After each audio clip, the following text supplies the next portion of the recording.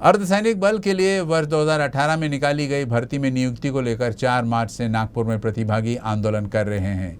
यह आंदोलन अब उपोषण पर पहुंच चुका है, लेकिन इनकी अब तक कोई सुनवाई नहीं हुई है। नागपुर में आंदोलन पर डटे छात्र खुद को नौकरी के लिए पात्र बता रहे हैं और सरकार से उन्हें नियुक्त किए जाने की मांग कर रहे हैं। इस परीक्षा के प्रतिभागियों के आंदोलन का दायरा और बढ़ गया है और विदर्भ के बाद देश के कई हिस्सों से इस परीक्षा में भाग लेने वाले युवा युवतियों नागपुर पहुंचकर इस आंदोलन का हिस्सा बन रहे हैं। खास बात यह है कि इस आंदोलन के चलते अब तक कई युवा अस्पताल तक पहुंच चुके हैं। स्टाफ सिलेक्शन बोर्ड द्वारा अर्धसैनिक बल के लिए वर्ष 2018 में भर्ती निकाली गई थी। ये भर्ती 1,11,000 पदों के लिए थी, जिसमें से 60,000 पदों को भरा जा चुका है। नागपुर के संविधान चौक में बैठे इन युवाओं का कहना है कि वो इस भर्ती के लिए ली गई सभी परीक्षाओं को पास कर चुके हैं, इसलिए उन्हें नियुक्ति दी जाए। ये युवा लगभग केंद्र सरकार के हर बड़े नेता से मिल चुके हैं, लेकिन अब तक इन्हें न्याय नहीं मिला है। दूसरा, जब उन्होंने 60,210 पदों पर निकाली थी वैकेंसियाँ, तो उन्होंने केवल 55,000 को ज्वाइनिंग क्यों दी? जो 5,000 हमारी सीटें हैं लगभग, वो कहाँ गई? वो भी तो देनी चाहिए। RTI लगाते हैं तो वो बोलते हैं हमारे पास योग्य बच्चे नहीं हैं। हम कौन बैठे हैं अगर उनके पास योग्य नहीं है तो? क्योंकि हमने भी पढ़ाई कर रखी है, ऐसा कोई बंदा नहीं है जिसने ग्रेजुएशन नहीं कर रखी हो मेरे हिसाब से। तो क्या उनको समझ नहीं है कि क्या सही और क्या गलत है? या इन्हीं को पता है कि योग्य और अयोग्य होते क्या है? पैरामीटर भी तो बताएं हमें, या इनके पास अगर कोई और भी है तो वो भी बता दें। पिछले 12 महीने से दिल्ली में हम लोग प्रोटेस्ट कर रहे थे।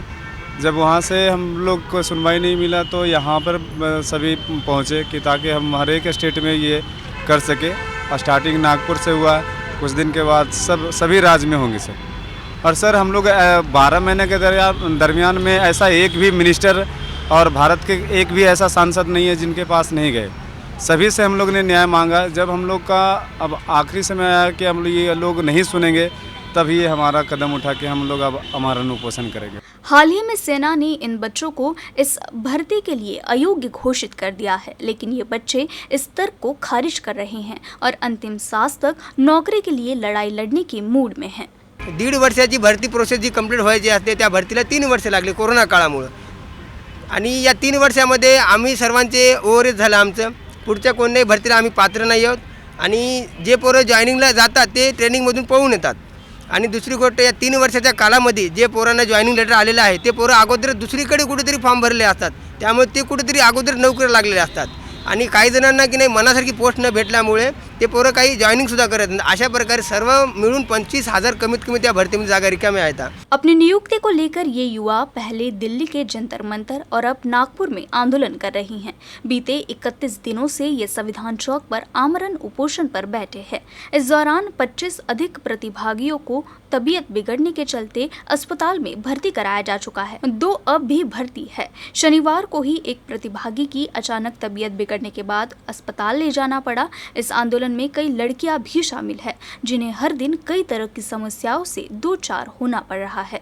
आम्ही सध्या तरी तर पेट्रोल पंप आहे तिथे जातो, पण ते पण सध्या आम्हाला म्हणजे अशी मदत करण झालेत, कारण आम्ही कितीतरी वेळात 2 महिने झाले थांबलोय, त्यामुळे ते आम्हाला मदत करण झालेत आणि सरकारसुद्धा कोणी सुद्धा इथे येईना आमची मदत करायला।